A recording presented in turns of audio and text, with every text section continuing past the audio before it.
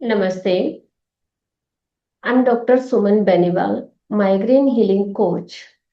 हमारे previous video में हमने डिस्कस किया कि इमोशंस क्या होते हैं और ब्रेन का कौन से पार्ट जो है वो इमोशंस के सिग्नल्स को जनरेट करता है और उसका फाइनली किस तरह के इमोशंस होते हैं। आज हम बात करेंगे कि कौन से इमोशंस जो है वो माइग्रेन को ट्रिगर करते हैं। इसमें अगर हम बात करें तो इमोशंस हमने अभी तक देखा दो तरह के इमोशंस होते हैं, पॉजिटिव इमोशंस और negative emotions. Positive emotions generally हम खुश होते हैं या हम किसी के लिए थैंकफुल रहते हैं तो उसको थैंक यू बोल देते हैं, ग्रेटफुल रहते हैं तो हम ग्रेटिट्यूड एक्सप्रेस करते हैं। मीन्स अगर हम खुश होते हैं तो हंस लेते हैं या स्माइल देते हैं या डांस करने लगते हैं। लेकिन अगर नेगेटिव इमोशंस रहते हैं, जैसे हमने गिल्ट फील कर रहे हैं किसी के लिए, शेम फील कर रहे हैं किसी चीज के लिए या गिल्ट फील कर रहे हैं या हम बहुत दुखी हैं, तो हम जनरली क्या होता है कि हमें आसपास के एनवायरनमेंट के अकॉर्डिंग, कई बार सिचुएशन के अकॉर्डिंग हम उस फीलिंग को या उस इमोशंस को एक्सप्रेस नहीं कर पाते और वो इमोशंस हमारे ब्रेन में स्टोर रह जाते हैं।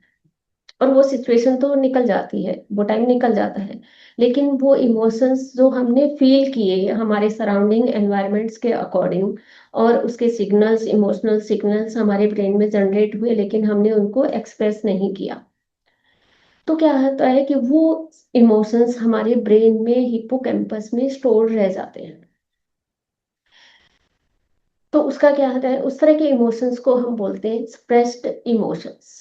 मीन्स ऐसे इमोशंस जो आपने सराउंडिंग एनवायरनमेंट्स के अकॉर्डिंग फील किए लेकिन उसको एक्सप्रेस नहीं किया, उनको आपने दबा लिया अपने अंदर, तो उनको बोलते हैं स्प्रेस्ड इमोशंस। और स्प्रेस्ड इमोशंस आपके हिप्पोकैम्पस में स्टोर हो जाते हैं और उसके वजह से क्या होता है कि आपका जो अमिगडला जो है वो हमेशा वैसे एक्टिव रहता है, लेकिन वो उस कंडीशन में क्या है, वो हाइपर एक्टिव हो जाता है। और आपके बहुत सारे, अगर आपने ऐसे नेगेटिव इमोशंस आपने अपने हिप्पोकैम्पस आपने अपने ब्रेन में स्टोर कर रखे हैं, तो आपके जो अमिगडला की एक्टिविटी है वो इंक्रीज हो जाती है और वो हाइपर एक्टिव हो जाता है और आपका अमिगडला हमेशा हाइपर एक्टिव रहता है। अब क्या होता है कि सेम सिचुएशन या उससे मिलती जुलती सिचुएशन जब दोबारा आती है, तो हिप्पोकैम्पस क्या करता है, पास्ट इमोशंस को प्रेजेंट इमोशंस के साथ कोरिलेट करता है और आपका अमिगडला जो है करंट सिचुएशन को भी एज ए ट्रिगर आइडेंटिफाई करता है और आपके जो पास्ट इमोशंस के साथ कोरिलेट हो रहा है तो आप उसके लिए रिएक्टिव हो जाते हो, आपकी बॉडी रिएक्ट करती है। लेकिन फिर आप उसको एक्सप्रेस फिर नहीं करते हो, तो फिर वो इमोशंस आपकी बॉडी में स्टोर हो जाते हैं, आपके ब्रेन में स्टोर हो जाते हैं। ये कंटिन्यू चलता रहता है। अब इससे क्या होता है कि आपकी बॉडी में, आपके ब्रेन में बहुत सारे ऐसे इमोशंस आपने स्टोर कर लिए, धीरे धीरे क्या होता है, आप ओवर थिंकिंग में चले जाते हो, उस पास्ट इमोशंस को सोचते रहते हो। मीन्स ओवर थिंकिंग, फिर finally stress, depression, anxiety. Means एक छोटी सी बात को आपने अपने माइंड में स्टोर कर लिया, सेम सिचुएशन आई, अमिगडला हाइपर एक्टिव हुआ, आप उसने उसको एज ए ट्रिगर आइडेंटिफाई किया, वो भी उसमें स्टोर हो गया। इस तरह से क्या होता है कि आपके माइंड में इमोशंस स्टोर हो जाते हैं और आप उनको एक्सप्रेस नहीं कर पाते और न ही आप उनको रिलीज करते हो।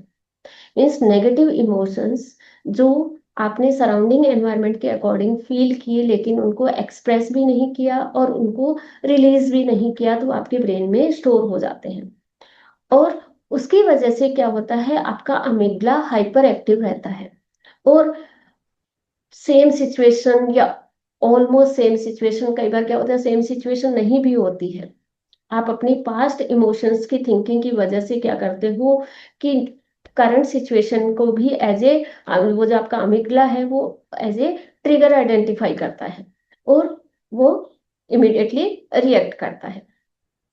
अब इससे क्या होता है, जब आपका अमिगला हाइपर एक्टिव हो जाता है, आपके हिप्पोकैम्पस में बहुत सारे नेगेटिव इमोशंस स्टोर हो जाते हैं, तो जो आपका हाइपोथैलेमस है उसका मेजर रोल क्या होता है, वो बॉडी को रिएक्टिविटी शो करता है आपके इमोशंस के अकॉर्डिंग।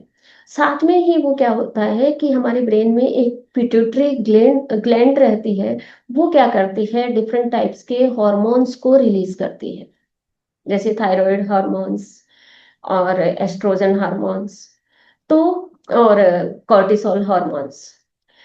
और जो हाइपोथैलेमस जो है वो क्या करता है, पिट्यूटरी ग्लैंड से रिलीज होने वाले हॉर्मोन्स को बैलेंस करता है। लेकिन जो आप नेगेटिव इमोशंस स्टोर कर रहे हो, आपका अमिग्डला हाइपर एक्टिव है, तो उस कंडीशन में क्या होता है कि आपका हाइपोथैलेमस पार्ट इम्बैलेंस हो जाता है। जब आपका हाइपोथैलेमस पार्ट इम्बैलेंस होता है, तो जो आपके हॉर्मोन्स है, thyroid hormones, cortisol hormones and estrogen hormones का लेवल भी इम्बैलेंस हो जाता है।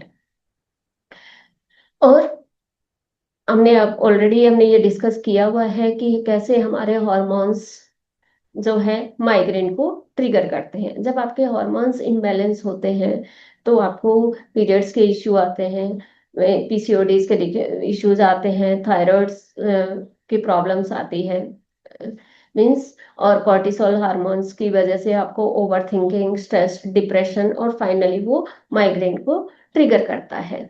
तो अभी आपने देखा कि कैसे जो है नेगेटिव इमोशंस हमारे माइग्रेन को ट्रिगर करते हैं।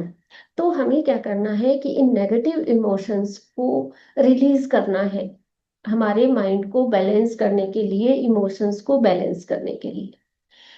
हमारी नेक्स्ट वीडियो में हम एक शॉर्ट ट्रिक समझेंगे जिससे आप करंट सिचुएशन से रिलेटेड इमोशंस को रिलीज कर सकते हो।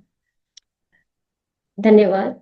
अगर आपको मेरे वीडियोस पसंद आ रहे हैं तो प्लीज लाइक, शेयर और सब्सक्राइब कीजिए। धन्यवाद। Thank you.